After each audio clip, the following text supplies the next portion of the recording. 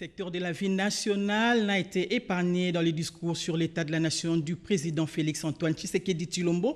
Vous suivrez dans ce journal l'adresse du chef de l'État aux deux chambres de parlement réunies en congrès.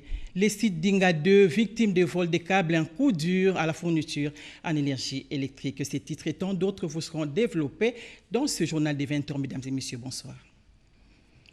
Le tout premier discours du chef de l'État sur l'état de la nation a été prononcé aujourd'hui pendant plus de 2 heures. Félix-Antoine Tshisekedi Tshilombo a passé au peigne fin tous les aspects de la vie de la nation congolaise dans son adresse aux deux chambres du Parlement réunies en congrès, débat solide placé pour son quinquennat. Images et commentaires. Le plus grand événement annoncé de la fin de l'année 2019 a bien eu lieu ce vendredi 13 décembre. Devoir constitutionnel oblige, Félix-Antoine Tshisekedi est venu rendre compte de sa gestion de l'État en tant que garant de la nation aux parlementaires réunis en congrès. 403 députés et 89 sénateurs présents, le quorum est atteint, la plénière peut alors commencer. Il est midi passé de 25 minutes quand Félix-Antoine Tshisekedi débute son discours sur l'état de la nation, le premier depuis son élection.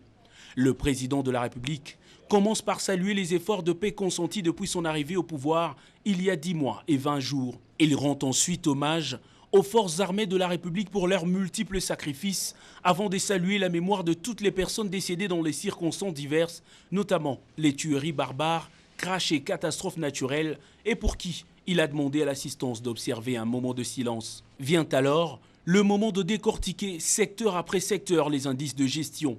Et c'est la politique, domaine locomotive, qui passe en premier. Le chef de l'État a salué la liberté d'expression et de manifestation à travers le pays, ainsi que l'accompagnement de confessions religieuses dans les moments déterminants de l'instauration de la démocratie dans le pays. Sans transition, le président de la République passe de la politique à la sécurité en annonçant de grandes mesures prises pour mettre fin aux poches d'insécurité dans le nord et sud Kivu. De l'installation de la zone opérationnelle au cœur de provinces touchées à la permutation des officiers militaires, tout est mis en œuvre pour anéantir l'ennemi, a rassuré le chef de l'État. Dans le domaine économique, Félix-Antoine Tshisekedi s'est dit déterminé à aider le gouvernement à renflouer les caisses de l'État afin de réunir le budget de 10 milliards voté au Parlement. Il promet de ce fait d'assainir l'environnement budgétaire en luttant efficacement contre la corruption et en élargissant l'assiette fiscale. Une autre grande décision annoncée, c'est la mise en place d'une juridiction pour juger les faits de corruption. Le contraste de pays riches, population pauvre qui caractérise la RDC doit changer, a insisté le président de la République. Il faut utiliser le sol pour soutenir le sous-sol, a dit Félix-Antoine Tshisekedi, qui a annoncé plusieurs projets dans le secteur agricole et des mines. Parlant de l'éducation, le chef de l'État a salué la mise en œuvre de la gratuité de l'enseignement qui a permis de scolariser plus de 250 000 enfants, jadis exclus du système éducatif. De l'acquisition du matériel médical pour les centres de santé du pays à la construction de logements sociaux, plusieurs projets annoncés ont déjà été réalisés dans divers secteurs. Le Congo, avec son potentiel, représente la réponse à plusieurs défis majeurs du monde, a poursuivi Félix-Antoine Tshisekedi, qui s'est félicité de l'image reconstituée du pays dans le continent et ailleurs à travers une diplomatie agissante. Pour les années à venir, le 5e président de la RDC veut faire de l'armée congolaise une armée puissante. Il veut également réviser le plan de la réforme de la police afin d'avoir une police véritablement républicaine. Son autre objectif immédiat, améliorer le système fiscal et construire une économie forte grâce à l'amélioration du climat des affaires. Dans sa conclusion, Félix-Antoine Tshisekedi décrète 2020 l'année de l'action, de la justice pour tous et du combat contre la pauvreté. Après 2h34, le grand oral s'achève. Le garant de la nation s'est bien acquitté de son devoir de redevabilité.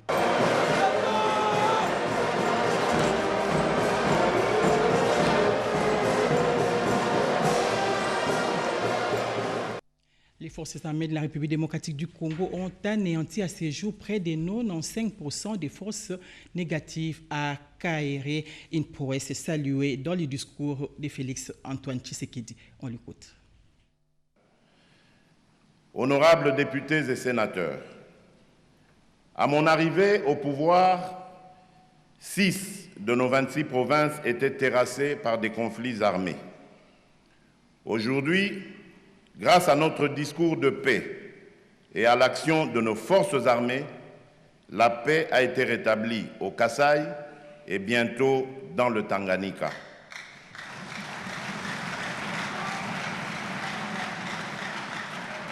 La situation qui nous préoccupe encore est celle prévalant dans le Grand Nord, à Beni et Butembo, dans l'Ituri, dans une partie du Sud Kivu, dans les hauts et moyens plateaux de Minembwe, Uvira, Baraka et Fizi, auxquels il convient d'ajouter les cas de Chabunda et de Kalehe. Pour ce qui est de Kalehe, je voudrais ici saluer le savoir-faire de nos forces armées qui viennent de détruire à plus de 95% les bases des forces négatives du CNRD, avec un bilan de plus de 1712 capturés, parmi lesquels 245 combattants et 10 leaders politiques de ce mouvement nuisible.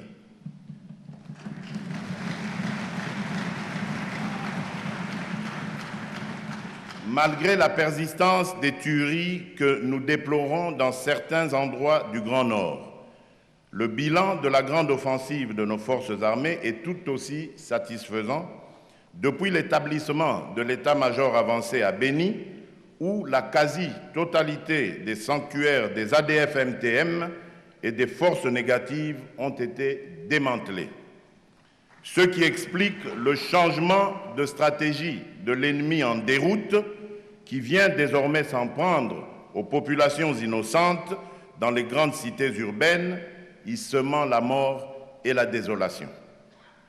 Nous avons affaire à une guerre asymétrique avec des actes de terreur. Notre détermination est totale et sans faille pour les éradiquer.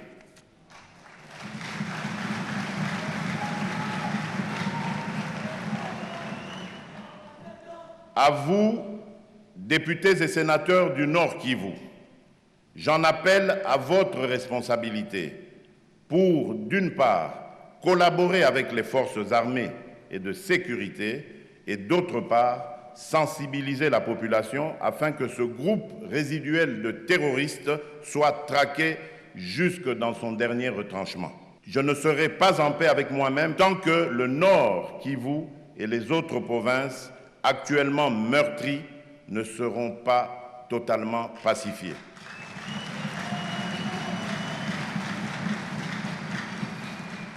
Le temps est à la communion, à la cohésion et à l'union de toutes nos forces.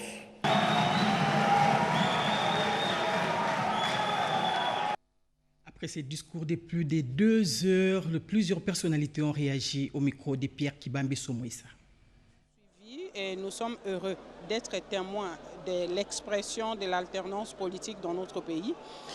Le président de la République élu tient son discours devant le Sénat et l'Assemblée nationale réunis en congrès, pendant que son prédécesseur Joseph Kabila Kabange est en vie et vit dans le pays. Ça, c'est quelque chose que nous n'avons jamais vécu dans notre pays.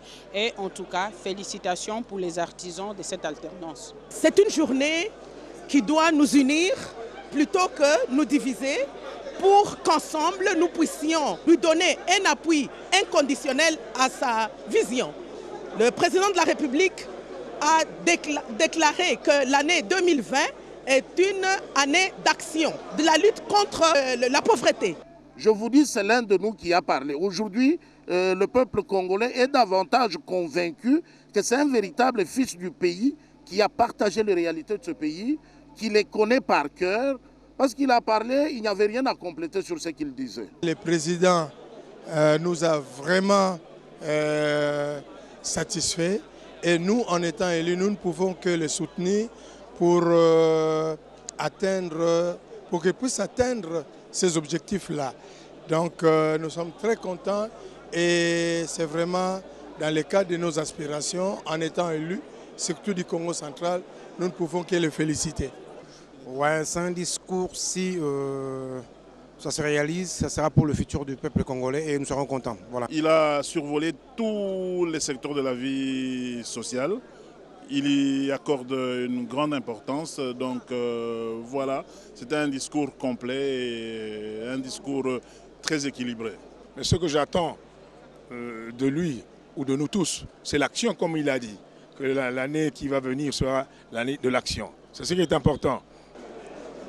Le président de la République engage tout le monde sur le chemin de la paix, du travail. Il a dit que 2020 sera l'année de l'action. Il engage tout le monde à l'action. Personne ne doit être spectateur. Vraiment, en partant de Kinshasa jusqu'à Mombasa ou de Cape Town jusqu'à l'Égypte, comme on a dit, en réhabilitant les infrastructures de base, les routes, les écoles, la santé, vous trouvez en lui un homme très déterminé. C'est un droit de redevabilité envers le peuple. Il s'est opéré à cet exercice et ça a été pour le bonheur de tout le monde. Donc en attendant le chef de l'État, le Congo a décollé et on part de l'avant. Donc voilà, vraiment, il y a un sentiment d'espoir et d'encouragement. Et nous avons l'espoir qu'il y a un changement vraiment total dans notre pays. On a senti dans le président de la République la détermination de faire de ce Congo un grand Congo dans tous les domaines. Il a décrété la prochaine année comme une année d'action, une année de réussite. Il faudrait que l'argent mis dans le secteur de santé puisse vraiment bénéficier aux Congolais par rapport à l'amélioration de leur santé. Et c'est ce que nous sommes en train de faire. C'est un discours qui a porté tout haut beaucoup de bonnes intentions, beaucoup de bons projets. Mais à cela, il faut ajouter les moyens. Dans son discours, il a mis une place de choix dans la politique fiscale. Il est important qu'on puisse désenclaver toutes les provinces pour faciliter les opérations économiques et faciliter également la circulation des populations et leurs biens. Et nous sommes également contre la déstabilisation des gouvernements provinciaux. Il y a des éléments que nous devons revoir. Il a cité par exemple les problèmes de la double nationalité, entre autres. Donc le chef est ouvert, le débat est lancé. Je crois qu'il appartient à la société d'accompagner les chefs dans la réflexion. Nous reconnaissons au jour d'aujourd'hui que la RDC demeure l'exemple de toute l'Afrique par rapport à la démocratie. Le chef de l'État a respecté la Constitution et a parlé des choses très importantes et surtout qu'il a balayé tous les aspects de la vie nationale. C'est quelqu'un qui maîtrise la République. Il connaît le problème du Congo, des Congolais et il a sur son plateau toutes les solutions. Quittons les parlements pour les ministères de l'Intérieur ou pour permettre à la République démocratique du Congo d'établir un plan d'action pour une police professionnelle et unifiée. Un atelier de validation du plan quinquennal d'action 2020-2024 sur la réforme de la police a eu lieu hier jeudi à Béatrice Hôtel, rencontre clôturée par le vice-premier ministre, ministre de l'Intérieur, Gilbert Kankonde, Nadine Yango pour les reportages. La réforme et la réorganisation de la police à l'échéance 2025 entrent dans le cadre stratégique qui est celui de doter la République démocratique du Congo d'une police républicaine, unifiée, efficace, apolitique et professionnelle. Dans l'optique de matérialiser cette vision ambitieuse, un atelier s'est ouvert depuis le 10 décembre à Béatrice Hôtel. Il s'agit des assises de validation du plan d'action quinquennal de 2020 à 2024 de la réforme de la police nationale congolaise. Travaux placés sous le haut patronage du vice-premier ministre, ministre de l'Intérieur, Sécurité et Affaires coutumières, Gilbert Kankonde Malamba. La réforme du secteur de sécurité en général et celle de la police en particulier avait été souhaitée par la population congolaise dans son ensemble. Elle vise la performance dans la réalisation de la mission régalienne de la police nationale, qui est celle de la protection des personnes et de leurs biens. Force est de reconnaître que malgré les contextes difficiles que traverse notre pays dans certains domaines, la mise en œuvre de la réforme de la police entamée en 2012 a tout de même progressé et généré des résultats appréciables. Cette réforme permettra à la police nationale congolaise d'apporter un meilleur soutien au gouvernement de la République pour la mise en œuvre des engagements auxquels le pays a souscrit dans les objectifs du développement durable ODD. Cette police nationale congolaise vient de mettre la main sur des inciviques qui terrorisent la population. Ils ont été présentés au général Sylvano Kassongo, au commissariat provincial ville de Kinshasa. Commentaire Anastasie Dumbo. Le commissariat provincial de la police nationale congolaise ville de Kinshasa a procédé à la présentation des catégories des bandits. Ces criminels sont catégorisés en voleurs de câbles, de véhicules et à la tire qui terrorisent le paisible citoyen pendant cette période de festivités de fin d'année. La police provinciale ville de Kinshasa tient à mettre hors état de nuire cette catégorie de mauvais citoyens et appelle la population à redoubler de vigilance pendant cette période. Parmi ces criminels, il y a les agents de la police de circulation routière qui vont à l'encontre de leur mission, provoquant des embouteillages pour rançonner les conducteurs. D'autres catégories de policiers sont celles commises au service de bouclage qui se sont transformées en rançonneurs de la population. Il convient de rappeler la mission régalienne de la police nationale congolaise qui est celle de veiller à la protection de la population et de leurs biens et non de terroriser la population. C'était en présence du commissaire provincial ville de Kinshasa, le général Kassongo Silvano. À la Société nationale d'électricité dévoile la répétition des câbles sur les sites Dinga porte un coup dur à la fourniture en énergie électrique dans les pays. Le site Dinga 2 a été victime d'un vol de la même nature. Reportage Yvette Makuntima. Noirs dans les grandes villes du pays ne sont pas toujours du fait de la vétusté de l'outil de travail de la Société nationale d'électricité SNEL. Parfois, c'est l'incivisme qui s'ajoute à une situation déjà préoccupante. Déjà, le 15 novembre 2019, Kinshasa et les réseaux interconnectés de l'Ouest et du Sud se sont retrouvés dans le noir suite à un vol des câbles d'interface sur le site Dinga 1. Qui facilite l'échange d'informations entre les structures de la centrale et la station de conversion. Plus récemment, les câbles dérégés qui jouent un rôle essentiel dans la livraison des informations au système de fonctionnement de la centrale et établit l'équilibre entre la production et la consommation. Un sabotage de trop qui a poussé le directeur général de la SNEL SA, Jean-Bosco Kayombo Kayan, à instruire urgemment les cadres sur place de la SNEL SA à faire le point et arrêter des mesures qui s'imposent en associant la presse. Le disjoncteur a déclenché, c'est comme si on alimentait un défaut quelque part. Comme c'est un circuit qui concerne les postes et la centrale. On s'est dit peut-être qu'il y a quelque chose au niveau des galeries à câbles. Ça peut être peut-être qu'il y a des défauts sur les câbles, vous ne pensez pas que vous pouvez voler. Mais maintenant, faisant le parcours, on a retrouvé quelque part, on a ouvert la dalle, puis il bord des câbles bien enroulés comme ça. On a retrouvé ça à côté. Dans les premiers cas de vol, comme dans les derniers, les auteurs ont été appréhendés par les instances compétentes et la loi va s'appliquer dans toute sa quintessence. Les cas de figure, une perquisition a été menée auprès de certains agents SNEL complices et quelques câbles ont été retrouvés. Dans l'entretemps, l'enquête se poursuit pour démanteler cette pègre à plusieurs ramifications. Au chapitre de la diplomatie, le Japon compte octroyer un don en aliments à la République démocratique du Congo d'une valeur estimée à 4,7 millions de dollars américains. Le protocole d'accord a été signé aujourd'hui entre la ministre d'État aux Affaires étrangères, Marine Tumbanzeza, et l'ambassadeur du Japon en République démocratique du Congo, Hiroshi Karube. Gina Wabiwa pour les reportages. 500 millions de yens japonais, soit environ 4,7 millions de dollars américains, dont d'aide alimentaire qui est l'Empire du Soleil levant octroi à la République démocratique du Congo. À cet effet, un protocole d'accord a été signé entre la ministre des Affaires étrangères de la République démocratique du Congo, Marine Tumbanzeza, et l'ambassadeur japonais en poste en République démocratique du Congo, Hiroshi Karube. Ces derniers a précisé que ces dons s'inscrivent dans le cadre de la coopération économique RDC-Japon, coopération qui vise à promouvoir les développements socio-économiques des deux pays frères. Ces dons, a poursuivi les diplomates nippons, vient rencontrer la vision du président de la République, Félix-Antoine Tshisekedi, celle d'assurer l'autosuffisance alimentaire sur les territoires congolais.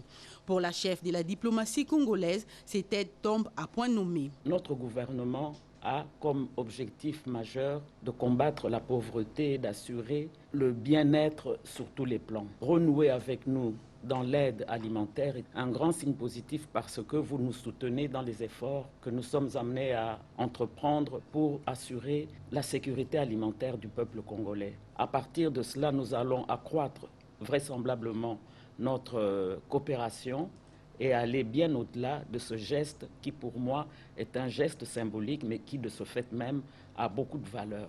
À très bientôt dans la coopération. En clair, le Japon est très déterminé à soutenir les efforts du gouvernement congolais et est aussi satisfait de la gestion rationnelle du projet initié en République démocratique du Congo.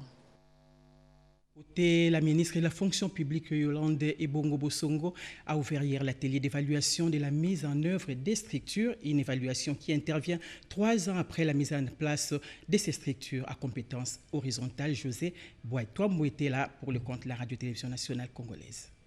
Les structures standards avaient été implantées dans 11 ministères pilotes pour remplacer le système existant par un programme plus favorable à l'administration publique. 3 ans après leur mise en œuvre, le participant à ces assises de 5 jours, dont les coups d'envoi a été donné par le ministre de la fonction publique Yolande Ebongo Bosongo, vont faire une évaluation avant d'envisager de poursuivre avec ce programme qui s'inscrit dans le cadre du processus de réforme et de modernisation de l'administration publique. La fonction publique est en train de migrer vers sa nouvelle robe et il y a eu des structures qui ont été mises en place dans le cadre de cette grande vision de la réforme. La première vague a été implantée. Nous sommes en train de palper du doigt les premières expériences acquises en mettant en place les structures standards. Il y a par exemple la mise en place des DEP, les directions d'études et planification. Est-ce que les DEP ont fonctionné correctement? Est-ce que les DEP ont aidé les ministères à mieux fonctionner? Est-ce que les DAF ont aidé les ministères à mieux fonctionner dans le cadre du budget programme? Toutes ces questions vont être soulevées lors de ces travaux. Et à l'issue, il y aura certainement des recommandations. Et ces recommandations vont nous aider à mieux poser les actes futurs. Ces structures standards à compétences horizontales avaient été instituées aux côtés de directions métiers. Ils sont principalement composés de cellules techniques d'appui de la direction administrative et financière, la direction de ressources humaines, pour ne citer que celle-là.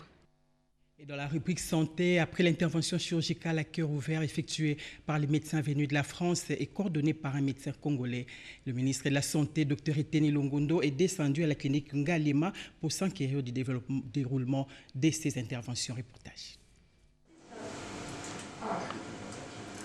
Autrefois inaccessibles, désormais les interventions chirurgicales à cœur ouvert seront soigneusement assurées en vue de guérir de malades vivant en RDC. Déjà à la clinique Ngalema, le service de chirurgie cardiaque est opérationnel avec les normes requises répondant aux standards internationaux. Et cette équipe d'experts français dirigée par un médecin congolais pourra offrir son savoir-faire dans la prise en charge de maladies cardiaques. Sur place à la clinique Ngalema, le ministre de la Santé, le Dr Eteni Longondo, qui s'était personnellement rendu, a ouvertement salué ce processus qui permet effectivement aux Congolais de bénéficier des soins de santé de qualité dans ces registres. Vous avez promis aux Congolais que petit à petit, on pourra ne plus transférer les patients qui souffrent de maladies cardiaques à l'étranger.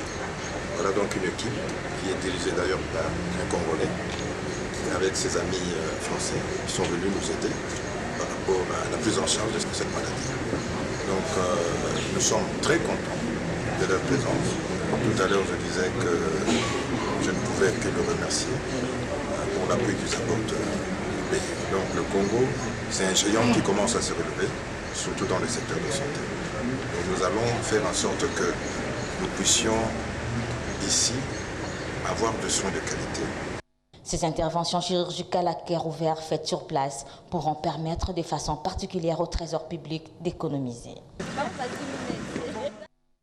Et au sujet de cette 3e série d'interventions chirurgicales à cœur ouvert à Kinshasa, Marie-Olive Lembe-Kabila, épouse du chef de l'État honoraire, s'est rendue ce vendredi à la clinique Ngalema, soucieuse de s'enquérir de l'évolution des patients opérés et une occasion pour elle de féliciter l'équipe du Dr Nzonvama pour le travail abattu. Avec abnégation, Anita Luamba était présente pour le compte de la Radio-Télévision nationale congolaise. Pour cette 3e série d'opérations à cœur ouvert, les 5 malades se sont bien réveillés ce matin et surpris agréablement de recevoir la visite de Marie-Olive Lembe-Kabila, venue pour sa propre consultation à la clinique Ngalema. Une opportunité qu'elle saisit pour s'enquérir de cette 3e mission d'intervention chirurgicale à cœur ouvert, réalisée en binôme par des médecins congolais et français. En tant que mère, l'épouse de Joseph Kabila va à tour de rôle s'entretenir avec chaque patient opéré. Olive va les exhorter à bien prendre soin d'eux après l'opération. Olive Lembe-Kabila a aussi encouragé le corps médical pour le travail abattu avec abnégation, ce qui a permis de sauver plusieurs vies. Je ne peux que féliciter cette équipe. Toutes les personnes sur lesquelles ils ont intervenu n'ont pas beaucoup de moyens, tout d'abord, parce qu'il faut souligner cet aspect-là des choses. Mais quand même, ça soulage les malades.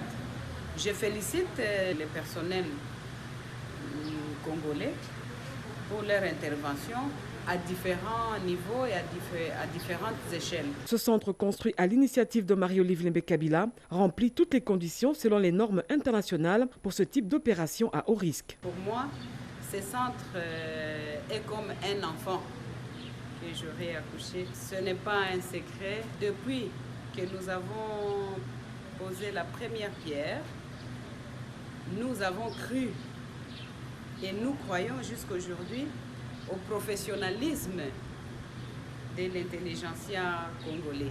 Parmi les 5 patients opérés à cœur ouvert, 2 proviennent de la ville-province de Lubumbashi, 1 du Congo central et 2 de la ville-province de Kinshasa. C'est désormais possible à la clinique Ngaliema. On peut arrêter le cœur et le traiter sans risque. Pour la certification des foyers améliorés, l'Institut supérieur des techniques appliquées, ISTA, vient de bénéficier des équipements des laboratoires, un don du Fonds d'investissement pour les forêts du ministère de l'Environnement et Développement durable, Néné Mbaïnzana, pour les reportages. L'Institut supérieur appliqué ISTA vient d'obtenir des équipements des laboratoires pour la certification des foyers améliorés. Il s'agit notamment des séparateurs des gaz, les calorimètres, les compteurs de pollution de l'air, les dessicateurs, les balances, l'outil de mesure de l'humidité des bois, les fours électriques pour les tests de durabilité, ainsi que les thermomètres infrarouges. Équipement remis par les représentants du secrétaire général à l'environnement et le développement durable, ingénieur José Ilanga, directeur général des forêts, en collaboration avec le coordonnateur national du FUP, le Dr Vango. Ici, c'est le rendement, c'est la qualité du produit qui est utilisé et qui peut nous permettre, tant soit peu, à réduire la pression sur les formations forestières parce que la quantité du charbon ou du bois utilisé est sensiblement inférieure à ce qu'on utilise traditionnellement. Nous venons de recevoir de la part du ministère de l'Environnement des renforcements des capacités d'abord matérielles qui permettent à ce que notre laboratoire puisse être capable délivrer des certificats de tests de conformité ISO. Le FIP apporte son appui dans le cadre du renforcement des capacités du projet amélioré des pays forestiers, ce qui a permis au personnel du laboratoire de l'ISTA de bénéficier de la formation du technicien américain pour l'utilisation de ces équipements. Également, cette institution va vendre leurs produits à l'étranger, d'offrir des bénéfices, la durabilité et la réduction des émissions de gaz à effet de serre.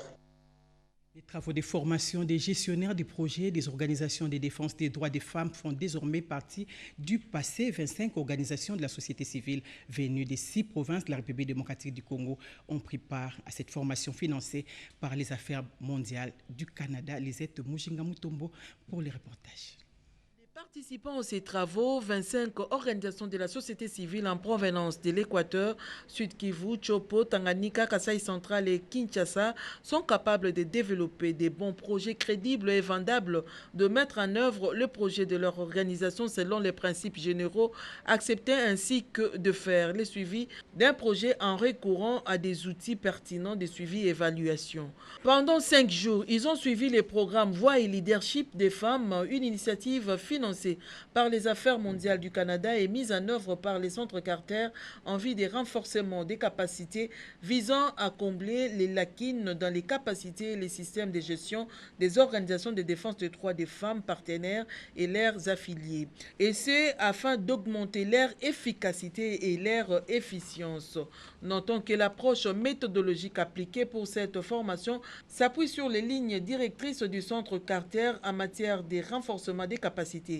Il s'agit d'accompagner les participants sur la voie du changement et du développement de leur organisation.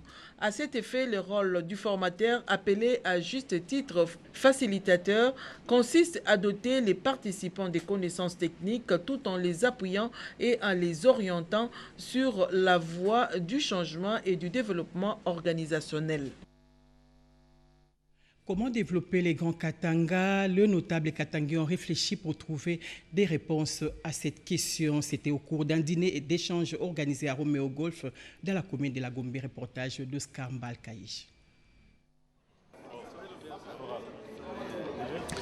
13 ans après la mise en œuvre de la décentralisation comme mode de gestion en RDC, députés, sénateurs, membres du gouvernement, chefs d'entreprise, bref, les notables de l'espace Katanga se sont retrouvés autour d'un repas pour réfléchir sur l'avenir de leurs provinces respectives issues du démembrement du Grand Katanga. Ce genre de rencontre doit nous amener à nous resserrer les coudes, quand bien même chaque institution a ses prérogatives.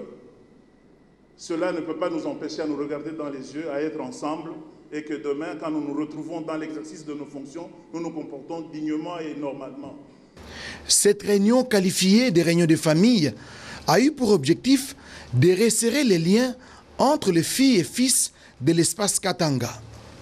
Au nom de ses collègues membres du gouvernement, la ministre d'État de l'Emploi, Travail et Prévoyance sociale, Néné Ilunga Nkoulou, a encouragé les organisateurs pour cette idée géniale de rassembler autour d'une même table les notables afin de parler de développement de province. Richard Mouyej a insisté sur l'unité des fils et filles du Grand Katanga. Peu importe la province, les gouverneurs, nous nous mettrons ensemble parce que nous sommes les gestionnaires. Nous nous mettrons ensemble pour que la rencontre des élus puisse réussir. Tout ce que nous allons demander aux organisateurs, c'est de faire un effort pour que ce soit réellement une rencontre de famille, qu'on voie tout le monde. Au cours de ces dîners d'échange, les participants ont convenu de se retrouver à Kalemi, dans la province du Tanganyika, pour une deuxième rencontre. Au Parti du Peuple pour la Reconstruction et la Démocratie PPRD, l'heure est à l'installation des ligues communales des jeunes de Kinshasa, une activité supervisée par le secrétaire permanent de ces partis, Emmanuel Ramazani Chadari. Reportage d'Yvette Makunsima. Fidèle à la feuille des routes de la matinée politique du Parti du Peuple pour la Reconstruction et la Démocratie PPRD tenue à Lubumbashi en octobre 2019, le secrétaire permanent du PPRD, accompagné du chargé de la mobilisation Dunia Kilanga, a supervisé l'installation des ligues communales dans la ville-province de Kinshasa jeudi 12 décembre 2019. Emmanuel Ramazani Chadari s'est rendu dans quelques fédérations du PPRD Kinshasa, notamment dans la fédération de la Lukunga, où il a supervisé l'installation des animateurs communaux de la Ligue de jeunes dans les municipalités d'Ngalema et Lingwala. À l'étape de la fédération de la Funa, il a supervisé l'installation de la Ligue communale de Kalamou, avant d'achever sa tournée dans la fédération du Mont Amba. Là, Emmanuel Ramazani Chadari a supervisé l'installation des animateurs de la Ligue des jeunes de la commune d'Elemba. Aux responsables de ces organes de base du parti, il a transmis les orientations politiques du président national du parti qui tient à l'enracinement, la visibilité et la vitalité du PPRD dans toutes les communes de la capitale. Voilà pourquoi le même jour, d'autres communes ont été quadrillées avec la même activité menée par le président national de la Ligue des jeunes, Serge Kadima, accompagné quelques membres de son comité à installer les animateurs communaux du parti cher à Joseph Kabila Kabange dans les communes de Bandalungwa, Kassavubu et Makala. Dans ces différentes allocutions des circonstances, il a appelé les jeunes du PPRD dans les communes visitées à la loyauté envers le président national du parti et au recrutement d'autres membres du parti suivant les orientations données par les secrétaires permanents du PPRD, Emmanuel Ramazani Chadari, qui se résume en une phrase: pas une seule parcelle sans les PPRD. Le contrôle des qualités, la protection des consommateurs, l'OCC travaille pour garantir une consommation saine dans les pays. Une délégation de l'Union européenne a visité ces laboratoires. Commentaire de Cédric Kenina.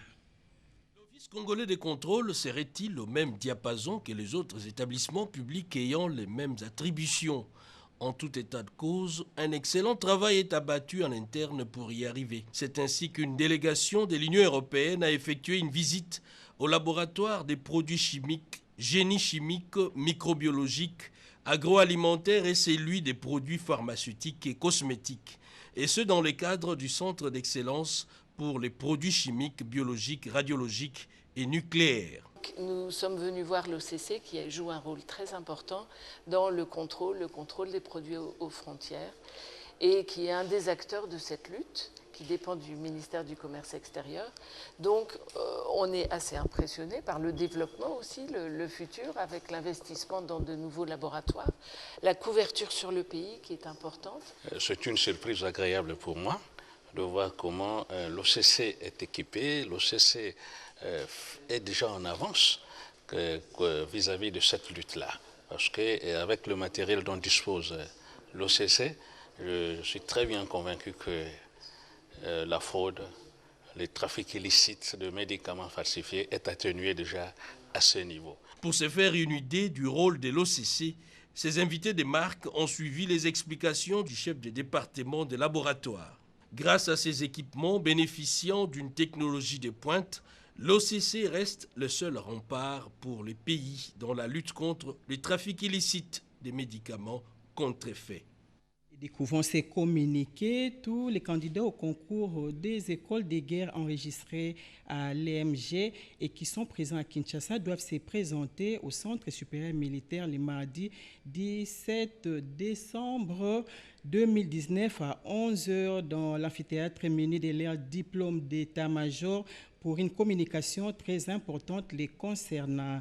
Tous les lieutenants-colonels et les majors de l'ESM 23, 24, 25, 26, 27, 28 et 29e promotion qui avaient reçu une cote égale ou supérieure à 12 sur 20 et qui remplissent les critères d'âge et sont d'office retenus. Chacun n'a qu'à rester dans son unité car la préparation se fera par voie électronique. La liste définitive des candidats sera publiée par l'EMG après vérification. C'est un communiqué signé Jean-Paul Finda Guébé.